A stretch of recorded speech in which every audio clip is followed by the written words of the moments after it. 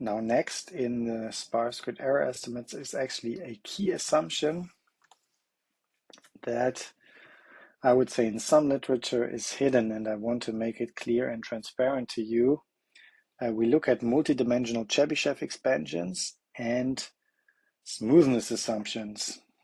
So now let's look at the quadrature error.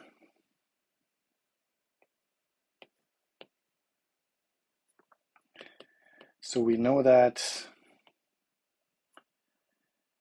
if we have an expansion like this, so g of z is the sum m running from 0 to infinity, expanded in terms of Chebyshev polynomials with expansion coefficients gm, which satisfy that they decay with rate alpha, meaning they are in a certain sense alpha times differentiable.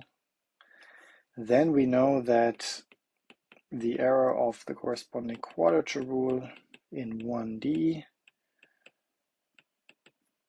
g is a constant times n to the minus alpha. Yeah, spectral convergence order only depending on the smoothness. And in the following, we use C of g to denote a generic constant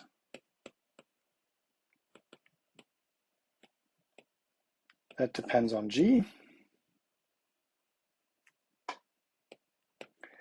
but might change from step to step in the proof.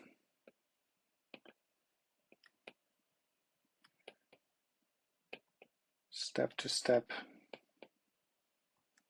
in an estimate. Yeah, so I can put additional just constant parameters, numbers into there. And in the end, I can track it. All right, and well, the key point that I want to convey to you is that in order to obtain the desired sparse grid error estimate,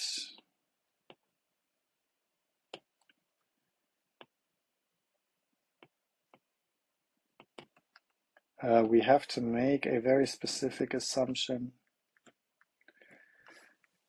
on G.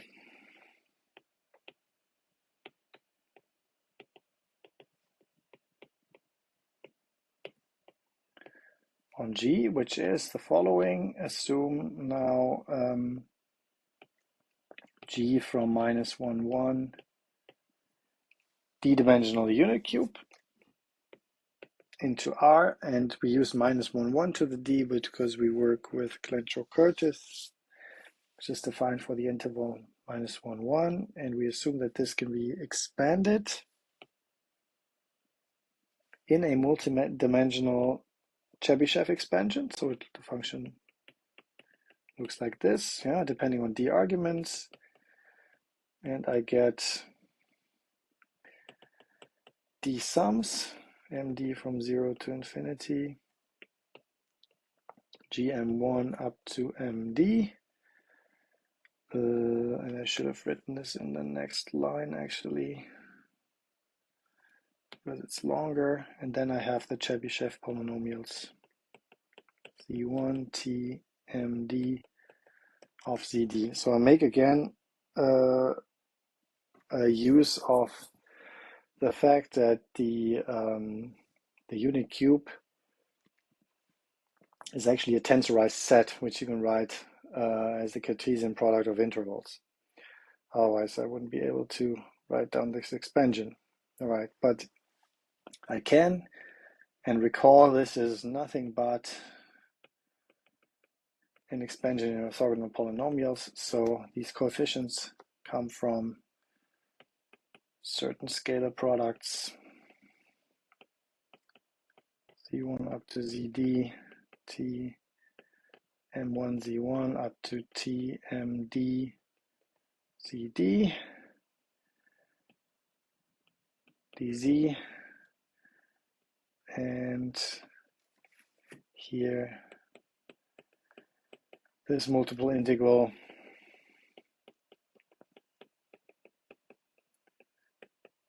cd squared dz. All right, and what is this crucial assumption? Yeah, so the crucial assumption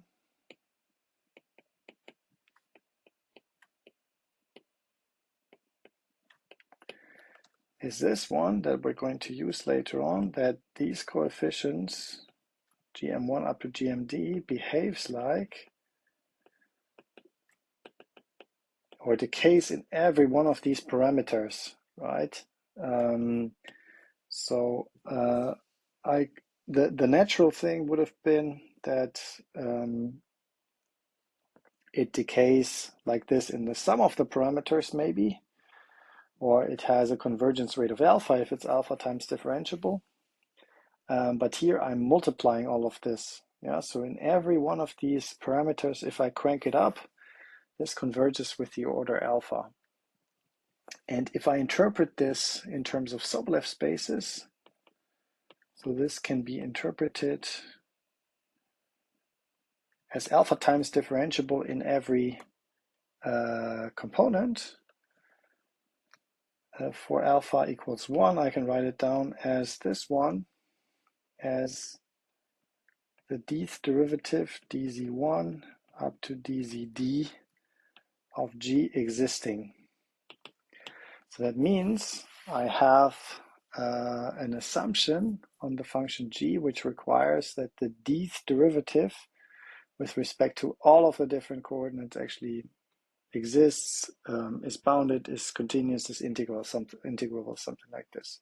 Yeah, and that's kind of unusual in analysis because we usually ask for, a second derivative in higher dimensional spaces, Laplace operator, something like this, or a third or a fourth derivative.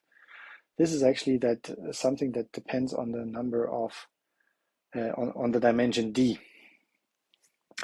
All right, so we're going to discuss this a little bit further, but that was the basic of a multidimensional Chebyshev expansion and the key assumption that we make in order to obtain the sparse grid error estimate.